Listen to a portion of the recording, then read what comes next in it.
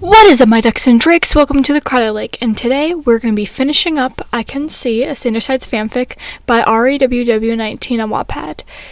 They are a fantastic artist and writer, so you should go to their Wattpad and follow them maybe. I also left a link to their story itself so that you could read along if you so choose. So, without further ado, Chapter 10. Hey guys, I say walking up to Ethan, Patton, and Logan. Hey Virg, we're just waiting on Roman. He should be here soon, Logan tells me. Logan and I talk about the current books we've been reading while the others talk to each other. Logan's in the middle of explaining a book he had read a few months back. When he's finished, I share that I'm going to check it out once I'm finished with the one I have now. Sorry I'm late, guys, Roman says, coming up behind me. It surprises me because I wasn't paying attention. I wasn't using a soul search because I'm trying to keep myself calm. I'm nervous about asking Roman, but that's not the main reason. I'm not even sure what the main reason is. What's wrong? Ethan asks me. He must see how uneasy my soul is right now. Calm down, Virgil. Don't get worked up. Nothing. It's fine. I'm fine, I say and tighten my grip on my backpack. I'm gonna head to class. I'm not going to ask Roman today. Right now, I need to focus on my soul. That means I can't be using soul search on those around me. When I reach Mr. Barnes' classroom, the door is open, but he isn't here. I take my seat and stare out the window. Calm down. Virgil, you're here early. Is something wrong? I shake my head and look over at Mr. Barnes. He doesn't believe me, but I don't want to talk about it, so I instead look outside again. Besides, I'm not even sure why I'm working up today. Not gonna worry about it right now either. Keeping myself calm is my only priority today. The bell rings and students start pouring into the room. I barely manage to pay any attention to what is being said all through class. I'm the same during every class until lunch. Instead of going to my table, I go to the back of the school. Being around people wouldn't be a good idea right now. Anything could set me off and I'd most likely hurt someone. I wish school would just end already. Maybe I should just ditch. Mom will understand why I need to get out of here. No, I only have 2 more classes left. I'm sure I could survive until school ends. I didn't bring lunch today. I should just read until the bell rings, but I can't focus. Keep it together, Virg. You made Mom a promise. No getting in trouble, just calm down, I tell myself. The problem is that with each minute that passes feels like an hour. When the bell rings, I decide to wait a couple minutes before heading back into the school. Hey, Gay, a familiar voice calls out. I stop in the hallway and turn around to see Michael with his 2 other friends. I think their names are Alan and Darren. Something's off. They're planning something. I should just ignore them. With an annoyed sigh, I turn and continue walking towards my classroom. I'm already late. The hallways are empty besides me and them. What's wrong, Gay? Scared? Michael asks, laughing. I'm gonna kick his ass. Nope. I stop in my tracks. The second time he calls me that word, and I turn to look at him. I don't really like that word, I tell him darkly. He laughs and says, What word, Gay? That one? This trucker is really pushing his luck right now. Then do something, Gay, he taunts. Finally, I put up with his Nikes and drop my bag and step forward. You're gonna wish you hadn't said that, I say darkly. He walks quickly towards me and I step forward, but that's when I see it. Something about him seems different. Darker. He isn't hesitating as he strides toward me, not with hatred, but with something else. I can't quite pick it up, though. With my soul the way it is, I can't focus. When he finally reaches me, he pulls a knife out from behind his back. Are you insane? I ask as he tries to strike me. Still, he isn't trying to hurt me, so what is it? What the hell is he trying to do? I have to focus. "Michael, what are you doing?" his friend Darren yells. He tries to strike me again, but I grab his arm, elbow in his face, and I grab the knife myself. "Help! Please! Someone help me, please! He's trying to kill me!" Michael yells out. The door is open and the teachers see me with a knife and Michael on the floor. Deception. That's what it was. I almost had it, but I didn't see it fast enough. One of the teachers is on the phone with the police. One is helping Michael and the other is talking to me. "Just put it down. We can work this out, but you have to put it down." I look at Michael, who's getting sympathy from teachers and students alike. Yet here I am, being talked to like a dangerous animal. Looking at him makes my grip on the knife tighten, but in the crowd I see Logan, Patton, Ethan, and Roman, as well as Mr. Barnes, some of the people who have been nice to me at the school. Ethan is glaring at Michael. Because of them and the thought of my mother, I toss the knife to my feet of the teacher who is talking to me, Mr. Corbin. Immediately, he and another teacher try to grab my arms to restrain me, but I snap at them. "Don't touch me! I'm not going to resist, but don't touch me!" I tell them darkly. They tell me that they won't, but if I try to run or fight, they will. I nod while I tell them I understand, but whatever they do, don't touch me. "My file. It's in my file," I tell Mr. Corbin, but he doesn't seem to get it. Mr. Barnes approaches us and whispers something in their ear. "All right, Virgil, we're going to the office. Move it," Mr. Barnes says. I reach for my bag, but the other teacher who attempted to touch me, Miss Loxar, grabs it instead. "We need to check for other weapons." My first thought is that they won't find any, but when I look at Alan, I see it. His satisfaction from completing something. What else did they do? That question is answered when she pulls out a pistol. How long have they been planning to frame me for this? "This isn't mine! You guys have to believe me! I try to tell everyone, but I could see they don't believe me. As hard as I try to keep them back, I have to choke back tears when I say,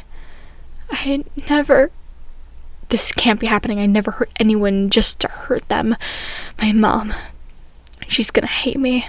No one is ever gonna believe me. I'm innocent because of my past. No one, except my friends and Mr. Barnes. I'm sure my mom will as well. This is going to be bad, like possible prison bad." We reach the office, and they have me sit on a chair until the police get here. It doesn't take them long. When they do arrive, the teachers tell them what happened. At least, what they believe happened. I force myself not to cry. Now is not the time. This isn't fair. No, I won't let them get away with this. Stop it. You need to calm down, or things will just get worse. I close my eyes and take a deep breath. It's difficult, but I manage to calm myself down, or at least enough to focus. Mr. Barnes explains to the officers that arrive about not touching me. One of them, a woman, tells me to stand up and hold out my arms. She's kind, but she sees me as a criminal. I do as she says without saying a word. After that, she looks at me while handcuffing me, careful not to touch me. As she reads me my rights. "Do you understand your rights?" she asks, and I nod. By the law standards, I'm still considered a minor, but they're talking to me as if I'm an adult, which I understand because I almost am. At least these officers are understanding. I don't move until she tells me to. I follow her, and a second officer, her partner, walks behind me. We reach the squad car outside, and that's when it fully hits me how big this will get. Quite a few officers are here, as well as 2 news crews. Word travels fast, I see by anonymous callers. Students, I believe. I liked this town, my friends, my life here, but now all of that may be gone. I end up waiting for about 10 minutes before the officers finish up. I'm not exactly in a hurry to be thrown in jail, so I won't complain. The 2 of them climb into the car with the woman driving. "So, okay, what's the deal? Don't like your school?" the male officer asks. When I don't answer, he turns to look at me. Still, I don't respond.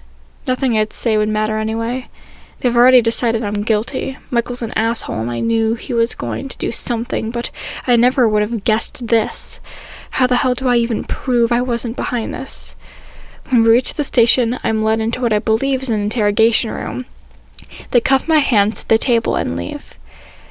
This can't be happening, I mutter and sit back. Every part of my soul and body want nothing more than to kick Michael's ass for this. I need to be careful with what I say. It will take everything I've got to keep myself calm. About 30 minutes pass when I hear the door open.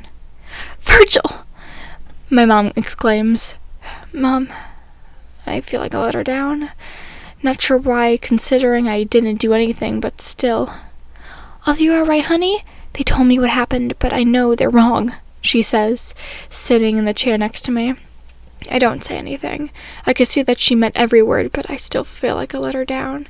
If I had only realized what he was up to sooner, then I would have been able to get out of the situation. "I'm sorry, Mom," I tell her softly. "For what, honey? You didn't do this," she tells me. "I should have seen it coming," I tell her. She asks me what exactly happened. "All day I wasn't using my ability because I couldn't focus. If I had been using it, I would have seen his deception before it was too late," I explain. "That doesn't matter. The only person at fault for this is the person who actually did this," she tells me, and she lays her hand on mine. Since I saw it coming, it doesn't really bother me. As long as I see the contact coming, I'm fine. For other safety, I make it known not to randomly touch me. "I would call Alan," she tells me, but I shake my head no. Alan and Club's father, and after I arrested my lawyer. When I left Florida, he told me that if I ever got in trouble again, to call him. I am pretty sure it was because he knew I was still going to be there for Club even after we broke up. "Not yet. I'm hoping they realize I didn't do this," I tell her, and she reluctantly nods in agreement. "Virgil Crane, why did you want to shoot up your school?" the detective, Sasha Kingster, asked from the opposite side of the interrogation table.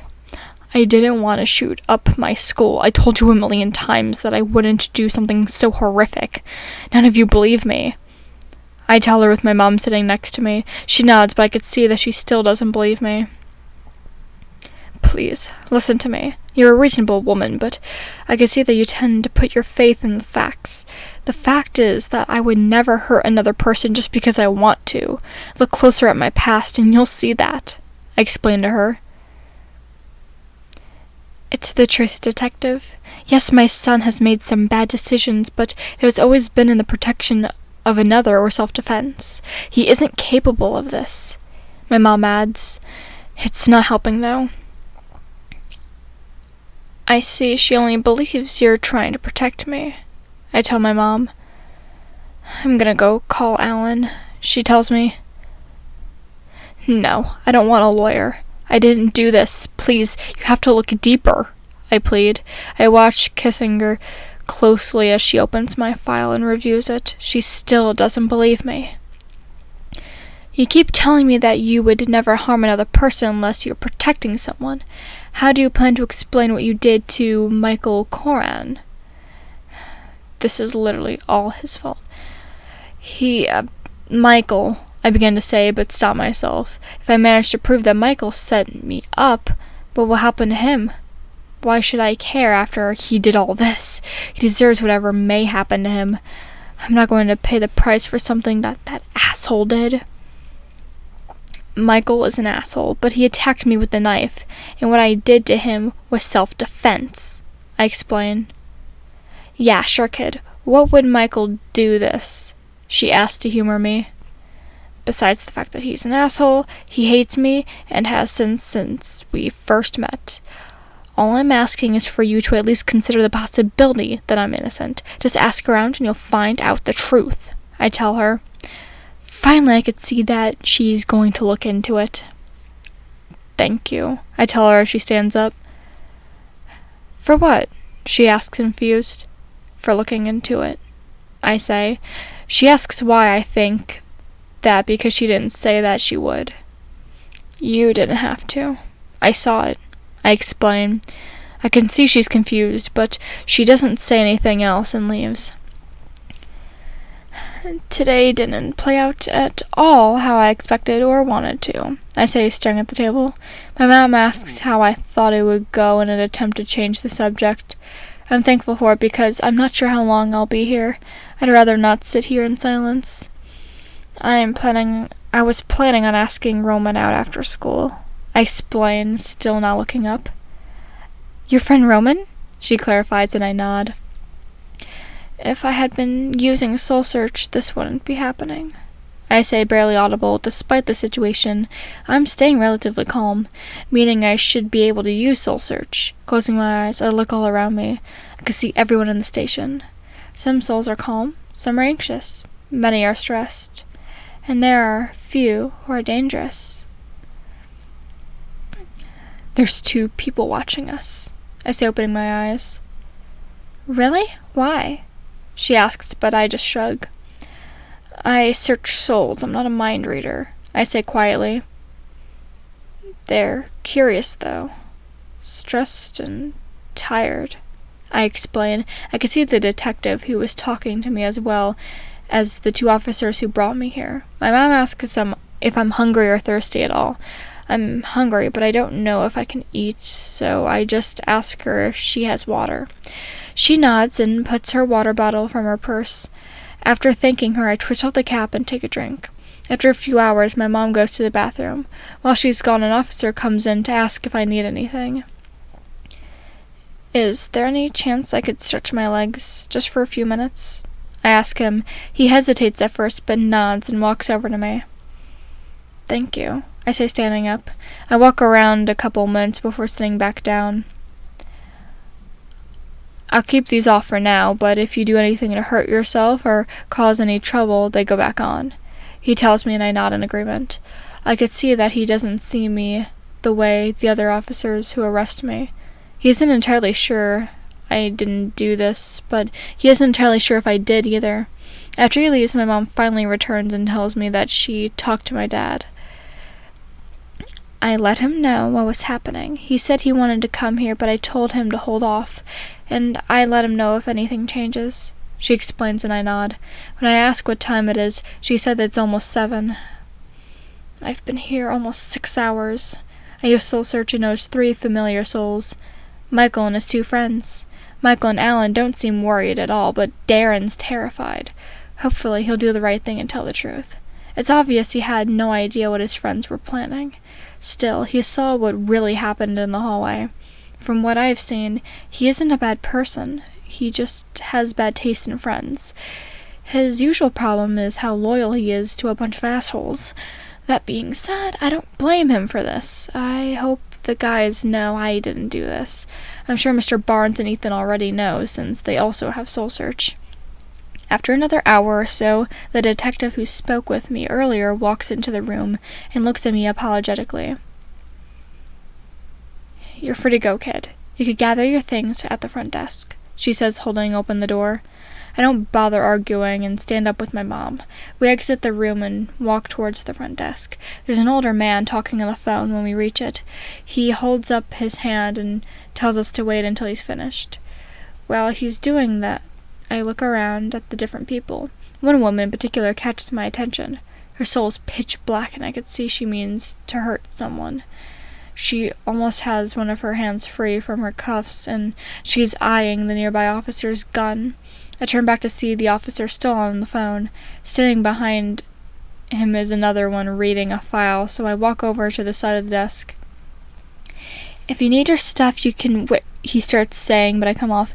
Just wanted to let you know that the lady over there is almost free from her cuffs, I say, gesturing to her. He looks over to check before putting his folder down and walking over to her. My mom calls my name, so I walk back over to her as she finishes signing my paperwork. The officer goes to the other room to gather my stuff. Virgil? A voice says. I turn to see Darren walking over to me. His skin is kind of pale. His blonde hair is cut short and is wearing blue jeans and a white t-shirt, along with a black zip-up jacket. I just wanted to apologize for what Michael and Alan did. They went too far. I'm sorry I didn't say anything when it happened, but I told the police the truth, he says sadly. I could see that he really feels bad about this. It's okay, really. You told the truth, and that's what matters. Thank you for that, I say with a friendly smile. Virgil Crane, the officer says as I turn towards him. He hands me my backpack and my phone. Thank you, I say, and he nods. Turning back to Darren, I see him already on the other side of the room with his parents. Excuse me, can I talk to Detective Kingser? I ask him. He nods and picks up the phone. It takes a few minutes, but she finally emerges from the back room. I was just wondering what's going to happen to Darren, I say when she reaches me. Well, I can't say for sure, but he didn't have any part in this, and he's been real helpful. He should be able to go home before much longer, she explains. I nod and then ask her about the other two. She tells me what they did was a felony, and she can't tell me any more than that. After nodding, I say goodbye and head outside with my mom. It's pouring down rain, so we run to her car. I'm glad this is over. I was scared for a while there, Mom admits. I'm glad this is over, but I'm surprised it didn't take longer. Of course, I'm glad it didn't, but I'm just surprised. My mom starts the car and asks if I wanted her to drop me off while she runs to get some food. I tell her that I don't mind riding with her. She turns on the radio and I check my phone. I've got a few messages from friends, so I start responding to everyone. We pull into a Taco Bell drive-thru a few minutes later and wait for our turn to order. After we get our food, she starts the drive home. My mom reaches into the bag, but I pull it away from her. Virgil, I'm starving, she says with a quick glance over at me. Too bad, it's pouring rain and I want to live, so no distractions, I tell her. She huffs but nods in agreement anyway. When we reach the house, my mom turns off the car and I grab the bag while she grabs the drinks. Then we both run inside. We go into the living room and sit on the couch. You got us here alive, so your prize, I say, handing her the bag after she sets the drinks down. Smartass, she mumbles and I laugh. She smiles as she turns on the TV. I grab the remote and go to Netflix. We decide to watch a show called When They See Us. By the second part, we're both pretty into the show. The story's interesting and the acting is so good too. My phone vibrates, but I ignore it. We end up finishing the whole show before we head to bed for the night. My mom insisted that I stay home yesterday, so I do, but ended up getting bored for most of the day. Today I wake up early so I could take a shower. After I get dressed, I head to the kitchen and find my mom drinking coffee. I'm making a sandwich for lunch. Are you sure you want to go to school today? You can stay home if you want to, if you're not up for it, she says, but I shake my head. I explain that I'm not going to miss any more school just because of what happened. She nods and tells me to call her if anything happens. When I finish getting my lunch together, I head back into my room and grab my phone, my backpack, and my umbrella. I also grab my headphones and put them on. On my way to school, I put on music. The first song that plays is Comin' In Hot by Hollywood Undead. It only takes me the usual 5 minutes straight to school. When I get there, my friends are waiting out front for me. Virgil! Pannon exclaims, running over to me. He tackles me in a hug, but after a moment pulls back and apologizes. It's okay. As long as I see it coming, I'm fine with contact, I assure him. As soon as I say that, he tackles me in a hug again. I laugh at this, but return the hug anyways. When he pulls away, he sees that he knew I didn't do that. Thanks. Kind of worried about what you all thought, I admit. Logan, Ethan, and Roman all tell me that I didn't need to worry. The bell rings, so Roman and I tell the others we'll see him at lunch. Welcome back, Mr. Barnes tells me with a smile. Roman and I make our ways to our seats. I've always known Michael wasn't exactly a good person, but I never thought he'd do something like that, Roman says as he pulls out his notebook. My only wish is that I had seen it coming, but I was so worked up about what was going on that day, I say, pulling out my own notebook. Why is that? He asks.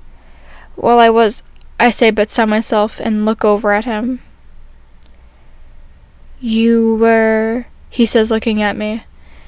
Nothing. Not really sure why I was worked up, I say, looking forward and leaning on my desk. Since I'm using a soul search around me, I could see that he's curious, but he doesn't push.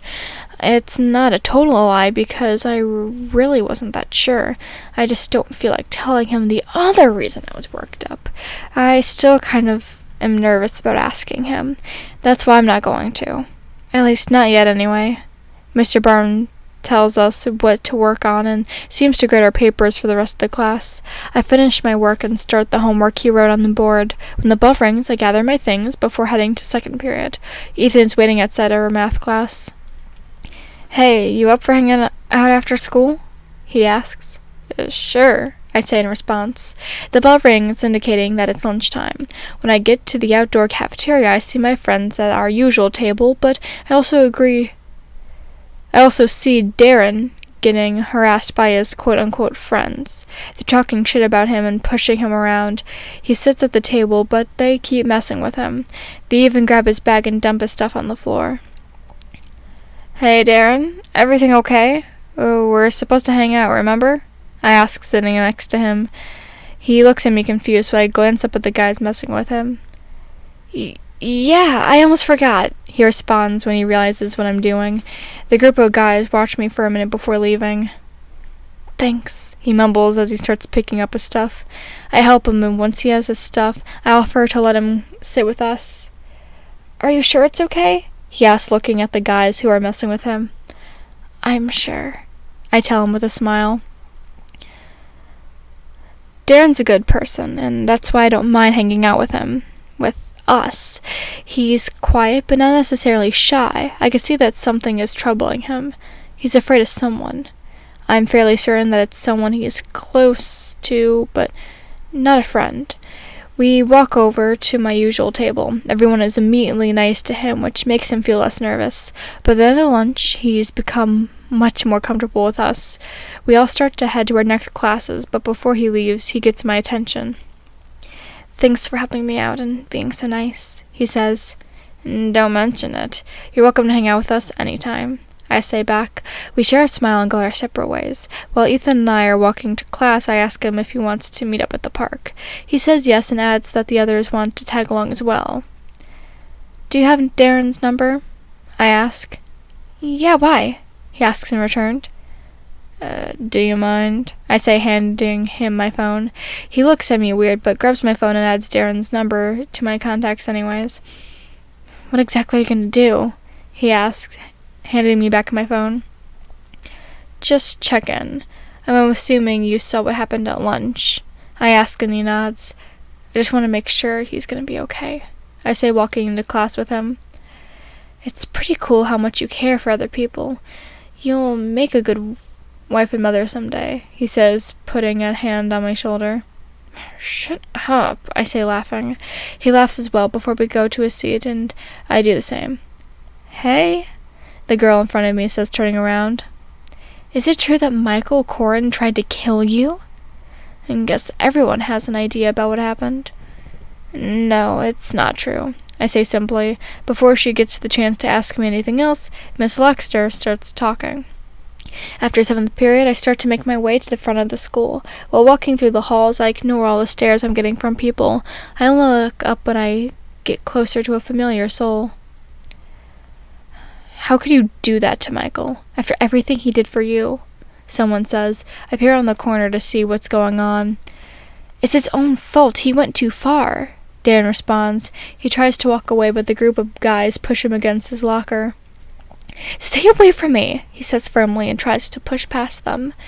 "We told Michael that you weren't worth the trouble. You deserve everything that your father does to you," another guy says. "You're right, but that doesn't change the fact that what he did was wrong. I'll say this one more time. Stay away from me," Darren says, pushing past them.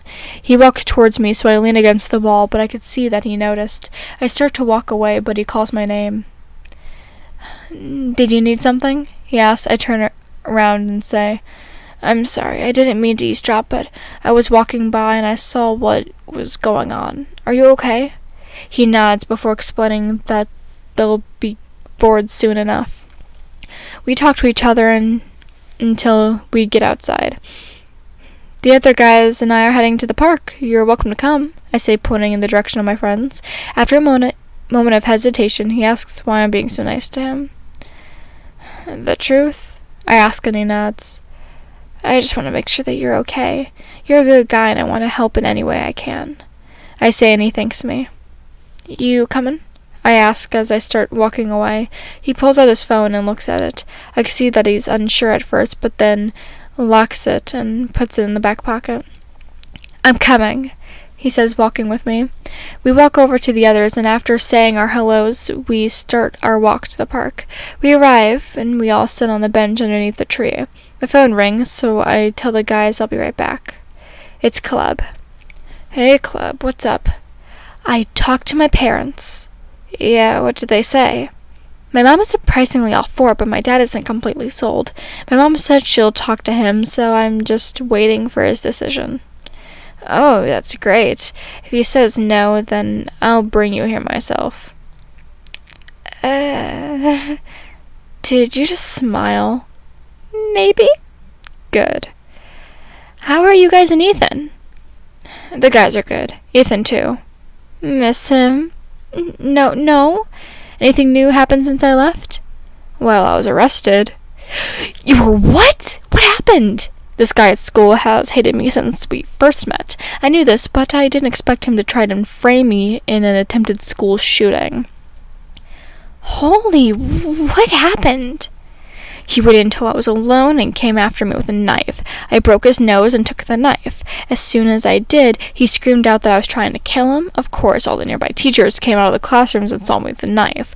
One of his friends that planted a gun in my backpack. I was arrested, but luckily the truth came out and I was let go. That is crazy. Wait a minute. You didn't see what he was trying to do? No. Why not? Mostly because I was really worked up and I couldn't focus. Mostly? I was nervous about something too. Roman. Thought so. That's hilarious. Hey, sorry, he is pretty hot. Yeah, I guess he is. Don't try and play it off. You like him. You're enjoying this? Yes, I am, but that doesn't mean I'm wrong, remember? Touchy. I'll talk to you later. Good luck with Roman. Oh, who was that? Ethan asks as I sit next to him. Caleb. He said he misses you. I say out loud enough for only him to hear. He didn't say that, did he? He asks curiously. In a way, I say back with a smirk. He only hums in response with a smile on his face. We continue talking to each other and the others. I keep glancing over at Roman when he isn't looking, and it catches Ethan's attention. Make sure you invite me to the wedding, he whispers in my ear. Shut up, I say in response. He laughs at me when I bite back a smile. I have to head home, Roman says, looking at his phone. He stands up with the bag before waving goodbye and leaving. Hate to see him go. Love to watch him walk away, I say softly, and Ethan laughs. Darren shows us a video on his phone of an animated horror story. It's called I Heard It Too. Holy shit, fuck that, I'd nope the fuck out so fast, I say, making everyone laugh. Sorry for the overuse of curse words, but that's a big-ass battle of nope right there. When it starts drizzling down and rain, and we all say our goodbyes, and I head home. As soon as I get home, I notice my mom's car in the driveway. When I unlock the door and get inside, I see Mom asleep on the couch. Mom? I say lightly, shaking her shoulder. You shouldn't sleep here. She groans and she sits up. I tell her to go lay in her bed. She reluctantly gets up and heads to her room while I head to mine to do my homework. I don't have that much to do, so it doesn't take long for me to finish. I mess around my laptop for a couple hours, mostly watching animated horror stories on YouTube and scrolling through social media. After that, though, I spend the rest of my day reading. Before heading to bed, I take a shower. Chapter 13. It's been about 2 months since the incident with Michael, and day 2 of our school's 2-week winter break. It's around noon, and I'm listening to music on my speaker. The song Taylor Swift's Me featuring Panic at the Disco. My door is closed, so I'm dancing around in my room with my eyes closed. I don't usually listen to this type of music, but ever since I first heard it, I've been obsessed. The song finishes, and I hear laughing from the doorway. I jump up in surprise when I see Roman with his phone out. I don't need soul search to see he's amused. Asshole! I exclaim when he shows me the video he took. Your mom let me in, and I couldn't resist documenting this beautiful moment, he says, smiling. I hate you, I mumble, absolutely mortified. Don't worry, I won't share this with anyone we aren't friends with, he says, sitting on my bed. I grab his phone with a smug look. You won't be able to if I delete it first, I say, looking at the screen. Oh, come on now, he says, and tries to convince me not to delete it. He reaches for his phone, but I move it out of his reach. He's taller than me, so I put it behind my back. He leans in close, the gap between us. It surprises me, so I don't move. Then he reaches his arm around me to grab the phone. I realize that he's trying to grab it, so I move it further from his reach. Our faces are close, and in all honesty, I'm waiting for him to make the first move. I could see he wants to, but is worried about how I'll react. He smirks and finally kisses me while simultaneously grabbing the phone. Of course, I kiss him back, and his soul flashes pink. We pull apart just barely. Would you want to go out with me? He asks. Gladly, I say, smiling. He smiles at my response and kisses me again. Virgil, I won't be back. Oops, my mom says, walking to my room. I pull back and tell Roman I'll be back. I push my mom into the hall while she asks if we're official. Did you need something? I ask. Oh, I'm sorry, honey. I was just letting you know that I won't be back until late. There's money for pizza on the counter, she explains, and I nod. She starts to walk away, but turns back to me. Make sure if you two do anything, you cover up. I look at her mortified. Mom, leave! She laughs, and I facepalm.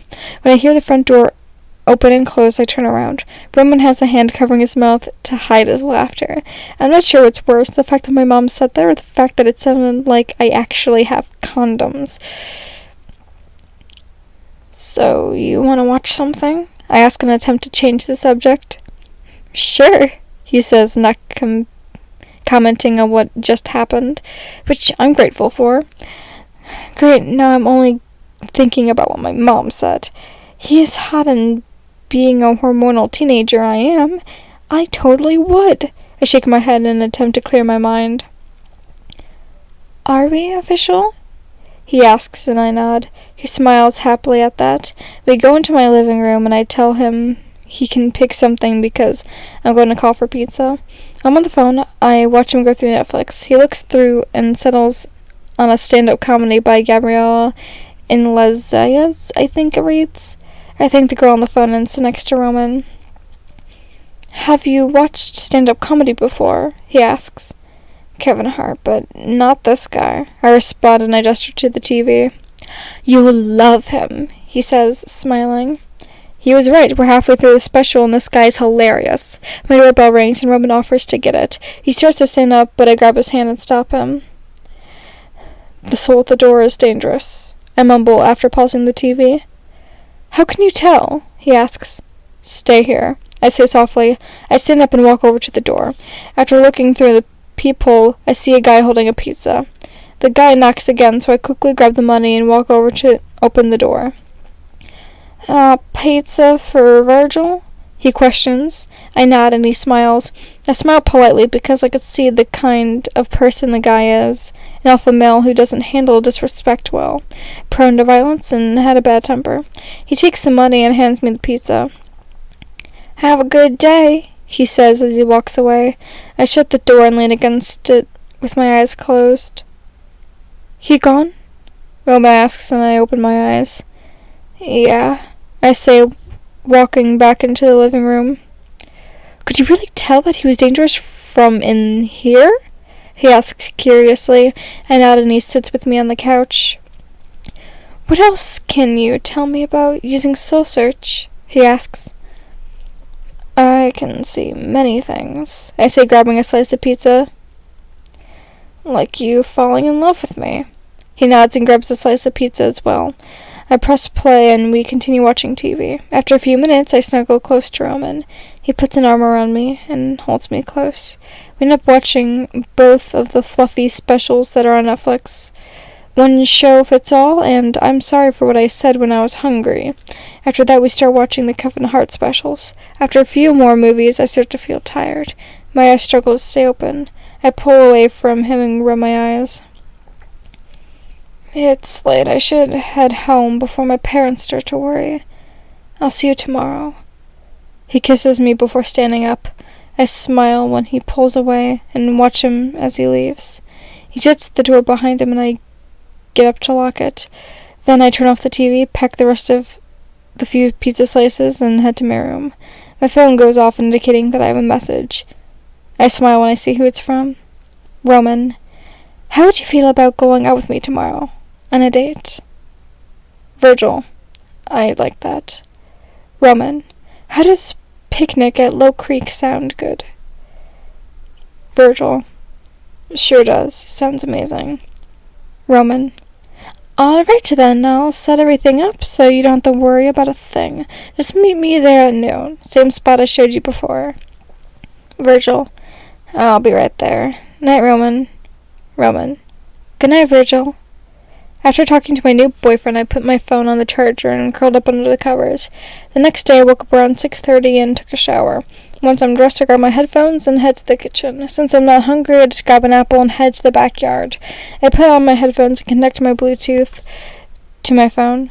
Then I lie on the grass and put my music on shuffle. It looks like it's going to be a cloudy day. My favorite type of weather. I hum along to the music after closing my eyes. I'm glad I grabbed a jacket because it's pretty windy out here. I love it. Right now, I'm only focusing on the souls in my immediate vicinity. One arm is resting behind my head while I eat an apple. After about 20 minutes, I can sense a familiar soul of my mom. I can see she's pretty tired as she goes straight to her room. I hope she got something to eat on her way home. After a second, I thought I opened my eyes and stand up to check on her. I throw away the apple core and put it in the garbage at the back door. I open the back door and head to her room, where she's lying on her bed. Mom? I call out from next to her. Yes, honey? She asks, half asleep. And did you get something to eat? I ask. I picked up breakfast sandwiches from McDonald's, she mumbles.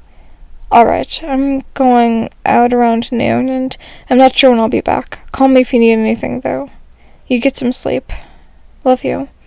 I tell her and she nods, curling up under her covers. She mumbles that she loves me as I leave the room. I've got a few more hours until I'm supposed to meet up with Roman. I'll just go back outside so that the house stays quiet. My mom needs all the sleep she could get. She works too much. Man, I need to get a job so I can help her out. Doubt I'll be able to find one since I'm still in high school. That and the fact I have no experience working. Not to mention, I'd only be able to work after school still. I'm sure that there had to be at least one place that'd be willing to hire me. Maybe I should start out volunteering somewhere. That will at least help me get some experience. The neighborhood center probably accepts volunteers. When I was little, I went to the one in my old neighborhood. Every time my mom and grandma couldn't watch me, I always liked it. Wonder if there was one here, like the one I had back then. I'll take the bus there tomorrow to check it out. Time passes fairly quickly after I lay in the grass. When I look at my phone again, I realize it's 11:30, so I get up and start to leave my house. As I approach our meeting spot, I can see Roman sitting on the picnic blanket. Oh, wow, I mumble as I get closer. He stands up and walks over to me. This place is as pretty during the day as it is at night. I'm glad you like it, he says, kissing my cheek. We sit down and eat some sandwiches he made. The two of us talk about various things together the entire time I'm using Soul Search. I come to enjoy watching his various changes in emotion. After an hour, I decide to ask him if everything's alright because I'm worried about him.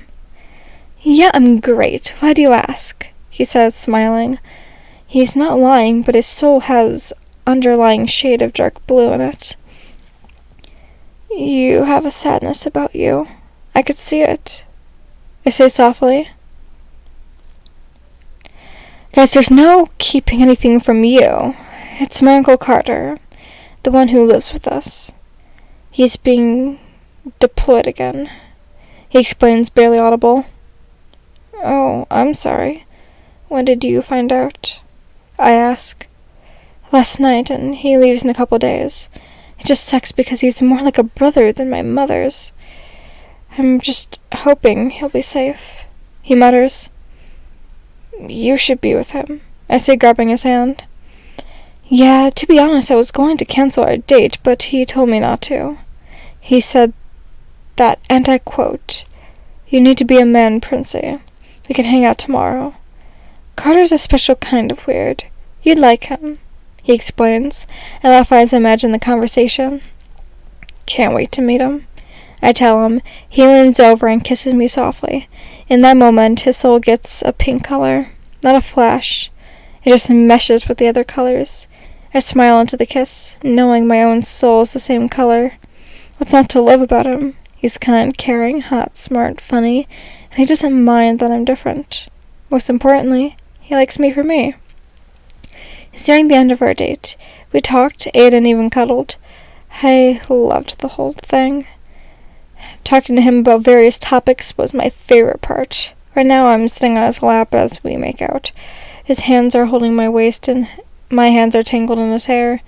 Not the classiest thing, but every part of me wants him. What the hell is wrong with me? I've never been like this before. Nikes. We should probably go. It's getting late, he says between kisses. I finally lay my head on his shoulder and apologize. I'm not sure what's wrong with me, I tell him. With a glance at our souls, I see they're completely hot pink. No surprise there. You're a teenager, he says, laughing lightly. Fair point, I say with a smile. I lift my head to look in his eyes. Don't get me wrong. If we were somewhere private, I wouldn't stop you, he mutters. You don't think we'd be going too fast? I ask with a slight surprise. He opens his mouth to say something but closes it. What? I ask. I could see by his soul that he's really embarrassed. It's just that I don't see myself being with anyone else. Ever, he says softly. Are you saying you want to be with me forever? I ask with a slight disbelief. He nods shyly. I'm okay with that, I tell him. He smiles and kisses me. I really do love him. I'd do anything for him. I'd die for him. The realization scares me a bit. I didn't expect to fall so hard so fast. I'm surprisingly okay with it, though. We pull apart and I stand up. I make sure I help him fold up the blanket, and we decide to walk to the park and then go our separate ways. I had fun, I say as we walk back to the park. So did I. I'm glad we did this, he says in response. I carry the basket while he carries the blanket. The whole walk back we're holding hands. I'll see you soon, he says before kissing me softly. I hand him the basket. See you later, I say as he starts to leave. When I get home, my mom is in the kitchen on the phone. Okay, that's perfect. Thank you, she says before hanging up. Who's that? I ask, walking over to her. I was so hungry that I ordered Chinese. Where were you? She asks. I was on a date with Roman. He was perfect. Can I ask you something? I ask her while I sit at the table, and she tells me to go ahead. Did Grandma ever tell you how she met Grandpa? I ask. She did. They were high school sweethearts who met during a school pep rally, she explains. When did she know he was the one? I ask. Honey, do you think you love Roman? Is that what these questions are about? She asks, sitting in the chair next to me. I can't help it. He's perfect, and I know he loves me. I've never felt this way about anyone else. I start to explain to her. I go on to explain exactly how I feel about him. Honey, that's great. Maybe you've met your soulmate, she says happily. Soulmates aren't a thing, I tell her. They are. Your grandmother told me about them once, she says, giggling. She did? When? I ask her.